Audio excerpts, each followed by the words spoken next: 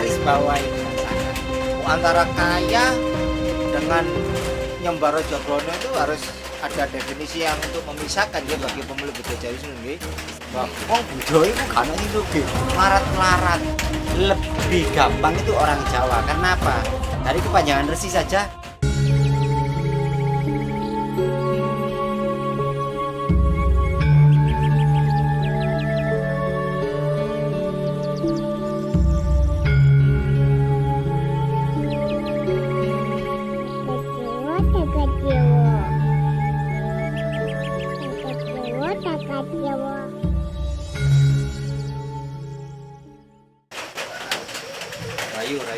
Rayu.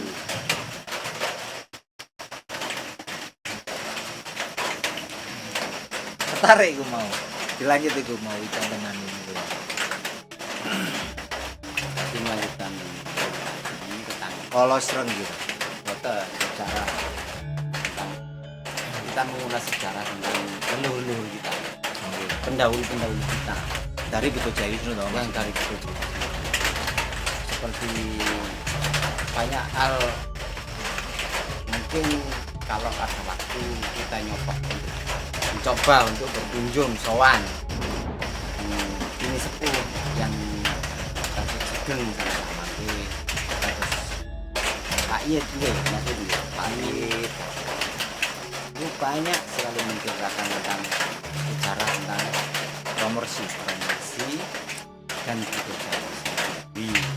Karena kan dia juga kan kemana-mana kan dari agen kemana pun, makanya kita kan mengetahui tentang sejarah kita kupas apa yang perlu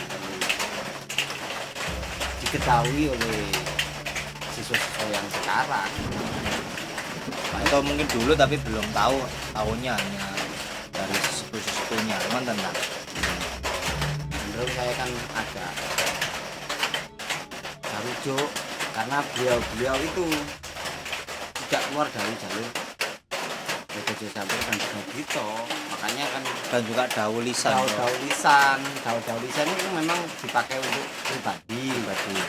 Cuman disampaikan kepada siswa itu dengan cara yang epik gitu loh. Jadi kalau menurut kamu, saya pernah digawi kalau panjenengan ini Romorsi mekaten kok pilih nyeceki nggih monggo didamel menawi mboten cecek kan memang misale dawuh Romo dateng nyambek-nyambek itu berbeda dengan dawuh yang wigati yang disampaikan melalui surat tercatat, kan berbeda. Kalau tersurat itu berarti untuk seluruh. Makanya di situ ada bahasa ing ngendi-ngendi. Memang istimewa juga para sesepuh kita. Kan banyak contoh. Pak Suwono, Pak Bapak I, ya toh. Kita mereka itu yang harus kita kita gali, karena beliau mereka kontribusinya kepada agama, kepada masyarakat, lingkungan itu tidak main-main, sangat besar sekali. Makanya kan ya paling enggaklah kita mencontoh kebaikan mereka. Kalau sisi negatifnya pasti ada, manusia kan tidak mempunyai kesempurnaan tidak. Jadi kan ya kita contoh yang baik. Apa?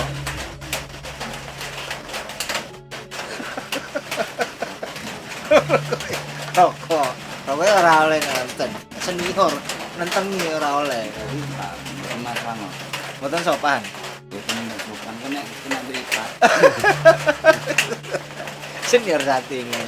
Kan argumen ya harus kita terima memang juga kan loh. Memang kita juga tidak bisa membuktikan juga kan ya dari kalangan yang baru masuk ya akan Beto Jawi itu Wong Budo itu kan sing sugih, melarat. Keliru ya persepsi seperti itu. Karena menurut jenengan pada faktanya ketika jenengan menelusuri ternyata secara material, finansial pendahulu kita itu nggak main-main untuk main-main Raja Brononya gitu. Namun beliau-beliau yang dahulu tidak menggila-gilakan atau menyembah Raja Brono. Betul. Namun Raja Brono itu Itu. digunakan kepada kebutuhan perlu masyarakat. Ngoten to maksud jenengan. Itu yang harus digaris bawahi dengan sangat.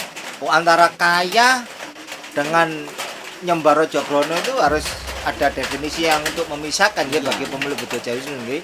Artinya kalau saya tangkap orang-orang kita Budo Jawi Wisnu itu bukan berarti tidak boleh kaya. Boleh kaya ning ora pareng pemilikan Raja Betul. Brono. Karena Raja Oke. Brono itu sifatnya mboten langgeng kon menawi. Iya. Oh. Nah, di filosofi pemahaman kita itu kita boleh kaya, boleh. Tapi pertanyaannya adalah kalau ketika kamu sudah menjadi orang kaya, itu akan berbalik pertanyaan. Kontribusimu kepada agama dan lingkungan, kepada sesama manusia apa? Karena kalau orang Budo Jawi itu kaya raya dan dibuat untuk sendiri, untuk pribadi, maka Itu kena bendune panjenengane ngaten. siku nggih. Siku istilahnya. Makanya orang-orang Budo Jawi itu bukan tidak mau kaya, tapi karena mungkin masih takut, Khawatir pemilikan tadi betul. akhirnya. Jadi masih, tapi secara nggak langsung mereka itu yang dikatakan miskin, di balik semua itu di belakang mereka sebenarnya mereka sudah kaya raya. Tapi Sebenarnya. non materi. Tapi loh, materi juga Mas. Oh. Karena perjuangan mereka. Definisi kaya kan kalau untuk orang Budo Jawi Wisnu kan bukan harus Materi. dunia brono dan sebagainya kan tidak. Tapi kan Kebesaran hati. iya, pekerja keras, dia bisa Nerima berpenghasilan apapun. dengan jerih payahnya sendiri, bukan dari dharma orang lain, bukan dari menjual agama dan sebagainya. Maaf bila saya keceplosan gitu ya. Itu Mas ceritanya. Jangan salah, karena yang kita contoh seperti Pak Diran Panjenenganipun Romo Resi. Coba kita gali kembali Panjenenganipun Romo Resi. Betul, saya dulu pernah ada kisah dari Resi Betul. Coba. di mana itu cerita turun temurun nggih dari Mbak Kakung, dari Bapak bahwa dulu Romo Resi itu juga sudah membeli rumah, punya rumah karena ada Sasmito Daud dari Gusti Lunyang Bathara Wisnu gitu bahwa ora pareng kowe ora oleh nggadahi griya rumah. Jadi kala itu rumah itu akhirnya diberikan kepada masyarakat setempat. Bahkan isi rumah itu disuruh ngambil semua. Baru akhirnya bertempat tinggal di yang saat ini kita diami yang kemarin itu, yaitu di Medion. Ini desa apa? Kusumasari. Iya, Kusumasari. Kusumasari ya? Kusumasari toh? Nah, baru di situ. Begitu. Itu ada Sasmito Harum-harum. memang. Iya. Jadi memang perintahnya Panjenengan Gusti Lunyang Bathara Wisnu Romo Resi boten angsal nggadahi griya. Bisa segitunya lho. Makanya kan dibalik bahwa orang Budo Jawi Wisnu, siswa ataupun siapalah yang mengugemi betul-betul angger-angger lan waler wedojo sampurna tan bogat gitu. Itu kita ambil contoh Panjenenganipun Romo, gitu aja ya. Cerita-cerita di Dayu Rejo saja. Ketika Panjenenganipun Romo lewat, itu semua sudah membukakan pintu karena mereka merasa bahwa rumahnya juga rumahnya Panjenengan Romo. Gitu loh. Sampai segitu Sampai segitunya. saking tresnone marang Panjenengan Romo Betul. Resi nggih. Saking tresnone, bahkan maka beruntunglah bagi mereka yang rumahnya disinggahi kali Panjenenganipun Romo meskipun hanya minta air. Ceritanya seperti itu. Saya kan ini kan hanya sebuah cerita. Kan tapi Dongeng-dongeng dari tetap cerita masyarakat. masyarakat kan Oh iya, bisa masuk kategori bukti otentik karena kan Betul. itu tidak lahir dari kita tapi dari masyarakat umum toh. betul. Nah, Karena ada sumber yang masih Sugeng.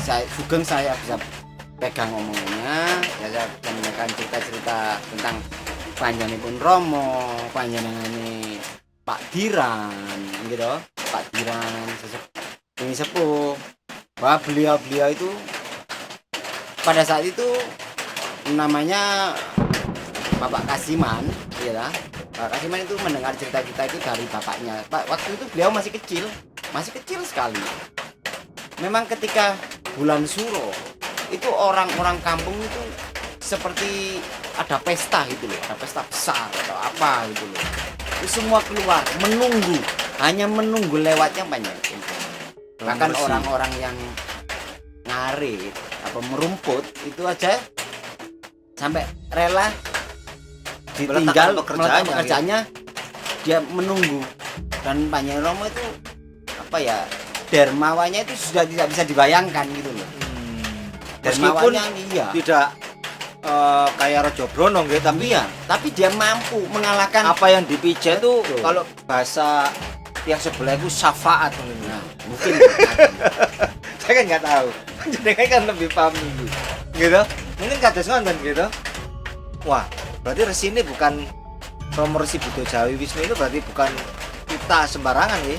ya kalau kita tahu bukan kita sembarangan juga, memang Utusan silakan kalau di apa ya, di negara Eropa. atau di mana itu ya, di agama yang lain, beliau nabi kita itu kan gitu. Utusan kita, Utusan Tuhan utusan Tuhan untuk menyampaikan Nusantara. kepada kita. Cuma Khususnya orang istilahnya Jawa. gelarnya resi gitu, Ya. gitu. Tapi kalau orang luar itu namanya nabi. Nabi.